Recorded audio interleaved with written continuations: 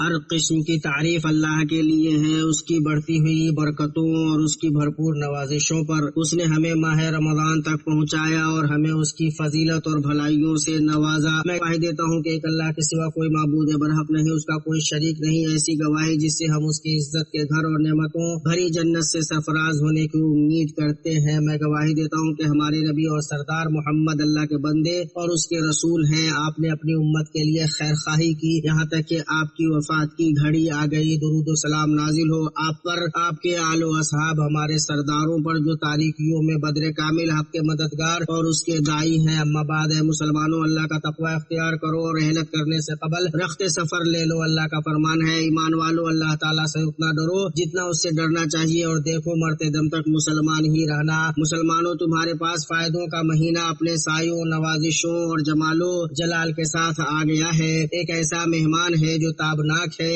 ایک ایسا مہینہ ہے جو عطر بیز ہے، اس کا فضل ظاہر ہے جو بھلائیوں سے بھرا ہوا ہے۔ لہذا اللہ کا شکر ادا کرو کہ اس نے تمہیں اس مہینے تک پہنچایا، اور اس کا شکر ادا کرو کہ اس نے تمہیں اس تک مہلت دی اور توفیق سے نوازا۔ اس مہینے تک پہنچنے کے کتنے آرزومند اس مہینے تک نہیں پہنچ سکے، اور کتنے اسے پانے کے خواہش مند اسے پا نہیں سکے۔ مسلمانوں، رمضان کا چاند ہو گیا اور ہم نے کتنے محبوب کھو دیے۔ ہمارے کتنے قریبی تھے جنہیں ہم نے قبروں میں لٹا دیا، اور ہمارے کتنے عزیز تھے جنہیں ہم نے دفن کر دیا۔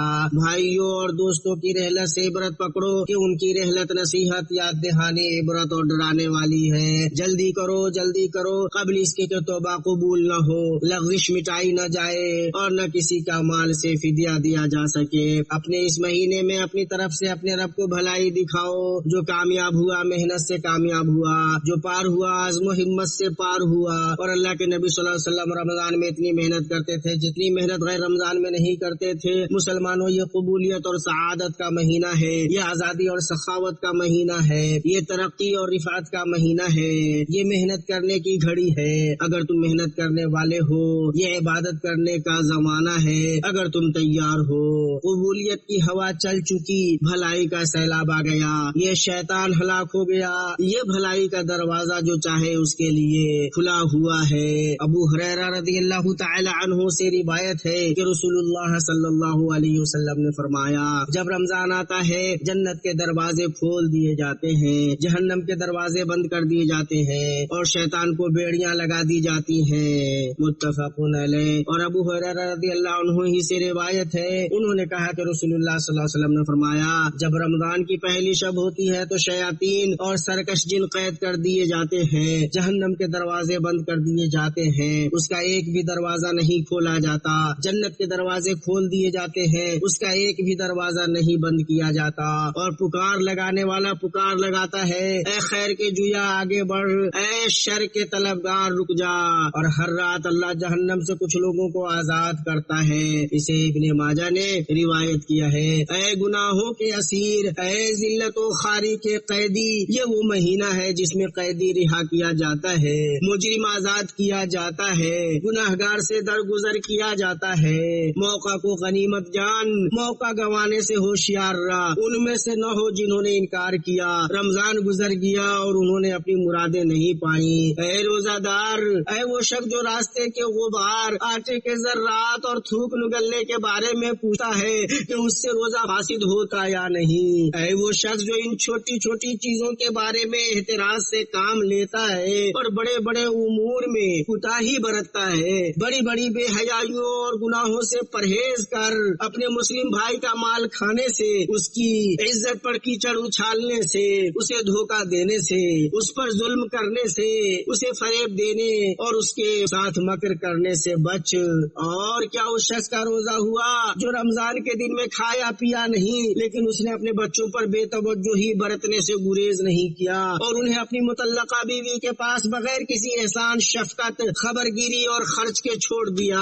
اور کیا اس خاتون کا روزہ ہوا جس نے اپنے بچوں کو ان کے اس باپ سے ملنے نہیں دیا جس کی وہ متعلقہ ہے، اور ان کی اس بات پر حوصلہ افزائی کی کہ وہ بچے اپنے باپ کی نافرمانی کریں اور فسق کریں؟ اور کیا اس آدمی کا روزہ ہوا جس نے اپنے بچوں کو ان کی اس ماں سے ملنے نہیں دیا جو اس کی متعلقہ ہے، ان بچوں کی زندگی میں جس کی خوشبو سونگھے بغیر، اس کا چہرہ دیکھے بغیر اور اس کی مامتا سے حرارت پائے بغیر کوئی خوشگواری نہیں؟ اور کیا اس آدمی کا روزہ ہوا جس نے اپنے بیوی کو مظلوم و معلق چھوڑے رکھا کہ نہ تو تو وہ بیوی ہے اور نہ وہ مطلقہ ہے. اور کیا اس کا روزہ ہوا جس نے اپنے والدین کی نافرمانی کی, انہیں چھوڑ دیا, ان پر برتری دکھائی اور ان کی خدمت سے بیزار ہوا. جب اس سے مانگا جائے تو بخیلی کرتا ہے, اور اگر سرزنش کی جائے تو جہالت سے کام لیتا ہے, اور اگر اس سے امید لگائی جائے تو مایوس کرتا ہے, اور اگر بلایا جاتا ہے تو غائب ہو جاتا ہے, ترشی سے ہی جواب دیتا ہے, خوف کی وجہ سے ہی دیتا ہے, اور سوائے ٹال مٹول کے اور کچھ نہیں جانتا. اور کیا اس کا روزہ ہوا جو فریضہ چھوڑ کر سویا رہا, نمازوں کو ان کے وقتوں سے نکالا اور ظہر و عصر کی نمازوں کو ان کے وقتوں سے نکالنے کے بعد ہی پڑھا, اور ایسا پورے رمضان کرتا رہا. کیا اس کا روزہ ہوا جس نے اپنے بھائیوں اور بہنوں کی میراث کھائی اور کمزوروں, یتیموں اور مسکینوں کا حق مار لیا, اوقاف کے منافع پر قبضہ کر لیا اور مستحقین کو محروم کیا. ہاں, اس کا روزہ کفایتی ہوگا جس سے واجب تو ساقط ہو جائے گا, لیکن اس کا روزہ جھوٹ, گناہ اور ظلم سے آلودہ ہوگا, بڑے بڑے اور سنگین گناہوں میں ملوث ہوگا. ایسا ہو سکتا ہے کہ اس کے روزے کا ثواب اس کے ظلم اور جرم کے گناہ کے مقابلے میں نہیں آ سکے. اے وہ لوگوں جو روزوں کے دوران روزہ توڑنے والی اور اسے فاسد کرنے والی چیزوں سے تو بچتے رہے, اور وہ کیا جس سے بچنا مسلمان پر واجب ہے اور جس کا کرنا اس پر ہمیشہ ہی حرام ہے. اللہ سے ڈرو. اے وہ شخص جس نے کھانا نہ کھا کر روزہ رکھا, اے کاش تو نے ظلم سے بھی روزہ رکھا ہوتا. کیا روزہ کسی ایسے ظالم آدمی کو نفع پہنچا سکتا ہے جس کا پیٹ گناہوں سے بھرا ہوا ہے؟ اللہ مجھے اور تمہیں ان لوگوں میں سے بنائے جنہوں نے روزہ رکھا اور اس کی حفاظت کی, گناہوں سے اپنے عمل اور احسان کو آلودہ نہیں کیا. میں جو کہہ رہا ہوں وہ تم سن رہے ہو. میں اللہ سے مغفرت طلب کرتا ہوں, تم بھی اس سے مغفرت طلب کرو, توبہ کرنے والوں کو بڑا بخشنے والا ہے. تمام تعریف اللہ کے لیے ہے جس نے اپنے لطف و کرم کی پناہ لینے والوں کو پناہ دی. میں گواہی دیتا ہوں کہ اللہ کے سوا کوئی معبود برحق نہیں, وہ یکتا ہے, اس کا کوئی شریک نہیں. اس نے اپنے فضل و انعام سے اس کو شفا دی جو اپنی بیماریوں میں علاج سے مایوس ہو چکا تھا. اور میں گواہی دیتا ہوں کہ ہمارے نبی اور سردار محمد اللہ کے بندے اور اس کے رسول ہیں. جس نے ان کی پیروی کی وہ ہدایت پر ہے, اور جس نے ان کی نافرمانی کی وہ ہلاکت و گمراہی میں ہے. اللہ ان پر اور ان کے آل و اصحاب پر دائمی درود اور مسلسل سلامتی نازل فرمائے. اما بعد, اے مسلمانوں, اللہ کا تقوی اختیار کرو, اس کا خوف رکھو, اس کی اطاعت کرو اور نافرمانی نہ کرو. اللہ کا فرمان ہے, ایمان والو اللہ کا تقوی اختیار کرو اور سچوں کے ساتھ ہو جاؤ. اے حرام مناظر میں اپنی نگاہوں کو آزاد چھوڑنے والو, دیکھو تم سب سے بہترین مہینے میں پہنچ چکے ہو. خبردار, اس مہینے کی حرمت کو پامال کرنے, اس کے شرف کو گدلا کرنے اور اس کے مقام و مرتبے کو گھٹانے سے بچو. ابو ہریرہ رضی اللہ عنہ سے روایت ہے, وہ کہتے ہیں کہ نبی صلی اللہ علیہ وسلم نے فرمایا, جو شخص جھوٹ بولنا اور اس پر عمل کرنا نہ چھوڑے تو اللہ کو ضرورت نہیں کہ وہ اپنا کھانا پینا چھوڑے. اور جابر بن عبداللہ انصاری رضی اللہ عنہ سے روایت ہے, وہ کہتے ہیں, جب تم روزہ رکھو تو چاہیے کہ تمہارا کان, تمہاری آنکھ اور تمہاری زبان جھوٹ اور حرام چیزوں سے رک جائے, اور تم خادموں کو اذیت دینا چھوڑ دو. تمہارے روزوں کے دنوں میں تمہارے اوپر ایک وقار اور سکینت ہونی چاہیے, اور تم اپنے روزے کے دن کو اور اپنے کھانے پینے کے دن کو یکساں نہ بناؤ. ابو ہریرہ رضی اللہ عنہ سے روایت ہے, وہ کہتے ہیں کہ رسول اللہ صلی اللہ علیہ وسلم نے ارشاد فرمایا, بعض روزے داروں کو روزے سے بھوک و پیاس کے سوا کچھ نہیں ملتا, اور بعض قیام کرنے والوں کو قیام سے شب بیداری کے سوا کچھ نہیں ملتا. اسے احمد نے روایت کیا ہے. اور درود و سلام بھیجو رہبر و رہنما نبی احمد پر جو تمام مخلوقات کے لیے شفاعت کرنے والے ہیں. جس نے آپ پر ایک مرتبہ درود بھیجا, اللہ اس پر 10 مرتبہ رحمت نازل فرمائے گا. اے اللہ درود و سلام نازل فرما ہمارے نبی اور سردار محمد پر, اور اے اللہ عظیم شرف اور بلند مرتبہ والے خلفائے راشدین اور ہدایت یافتہ سربراہان ابو بکر, عمر, عثمان اور علی سے راضی ہو جا,